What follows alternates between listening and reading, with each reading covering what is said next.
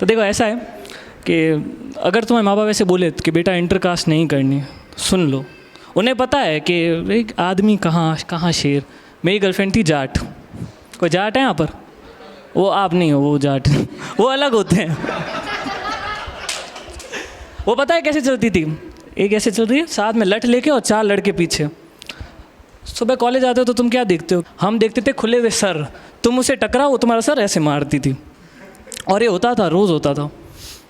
But होता क्या है कि तुम्हारी मेनली जो प्रॉब्लम्स होती हैं उनका जड़ तुम्हारे दोस्त ही होते हैं। देख लो, तुम्हारी लाइफ बर्बाद है, दोस्त रिस्पॉन्सिबल है। करियर बर्बाद है, दोस्त रिस्पॉन्सिबल है। सब में दोस्त है। मुझे भी बर्बाद दोस्त नहीं किया था। हमारा जा रहा था, मतलब मनाली का ट्रिप था हमारा। तो मैंने पापा से पूछा, पापा क्या थोड़े कंजूस टाइप के सबके होते हैं, मेरे थोड़े ज़्यादा थे। हमारे घर में क्या बाथरूम है, गेट है, बट कुंडी नहीं है। उसका रीज़न बताता हूँ। अब देखो, जैसे तुम्हें जाना है बाहर तो तुम सीधा नहीं पूछोगे कोई है, तुम क्योंकि खोल भी नहीं सकते, ऑफ कोर्स प्रिवेसी मैटर्स। तो हम क्या करते, हम लाइट बंद कर देते थे। कोई होगा खुद बता देगा। एक बार क्या हुआ, मैं लाइट बंद करके नहा रहा था।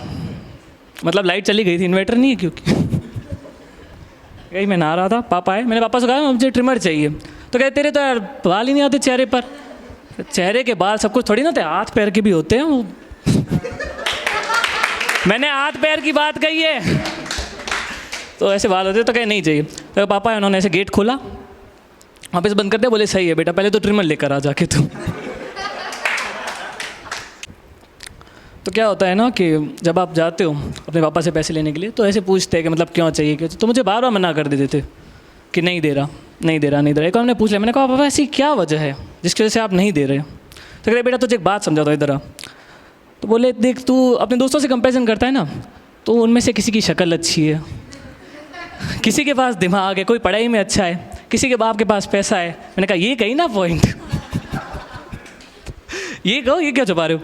तो कहते, मैंने कहा यही बात है। तो क्या हाँ यही बात है। तो मैंने कहा तो आप कर क्या रहे हो? तो क्या मैं तेरे लिए दहेज इकट्ठा कर रहा हूँ क्योंकि तुझे लड़की नहीं मिलेगी।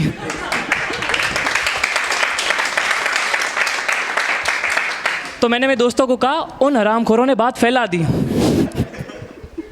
मेरे घर पर रिश्ते आने लगे, लिटरली 2 दिन से आ रहे हैं। लड़की इंजीनियर है।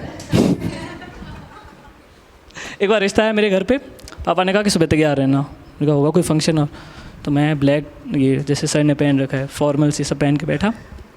मेरे हाथ में लिटरली चाय का कप पकड़ा दिया कि जाके देख कर आओ। मैं चाय देकर, मैंने कहा मैं चाय दूंगा, मैं लड़का हूँ।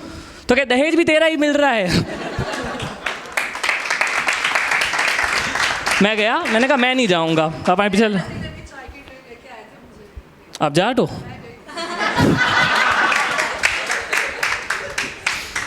आपकी फेस वैल्यू में उनकी फेस वैल्यू में फ़र्क था ना। आप संतूर वाले हो, वो लिरल वाले थे।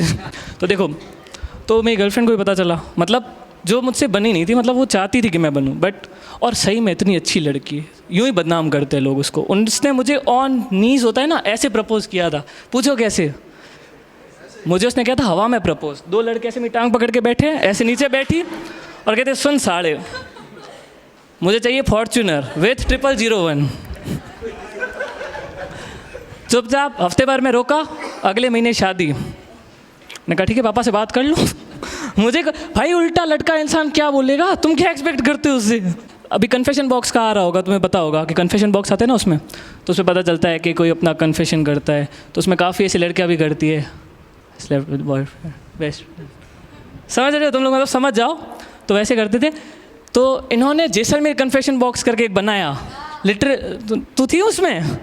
गई तो नहीं ना? यही लोग थे, 4-5 जो लौंडे बैठे ना, वही थे। हाँ, ये बनाते थे और ये फिर यही जाते थे कि मैडम कोई बात नहीं, हम आपका सपोर्ट करेंगे। उनकी पता है लिटरली इन पे कितनी रेस्ट्रिक्शंस आई है। Okay, so this is a for today. Thank you, you are great audience.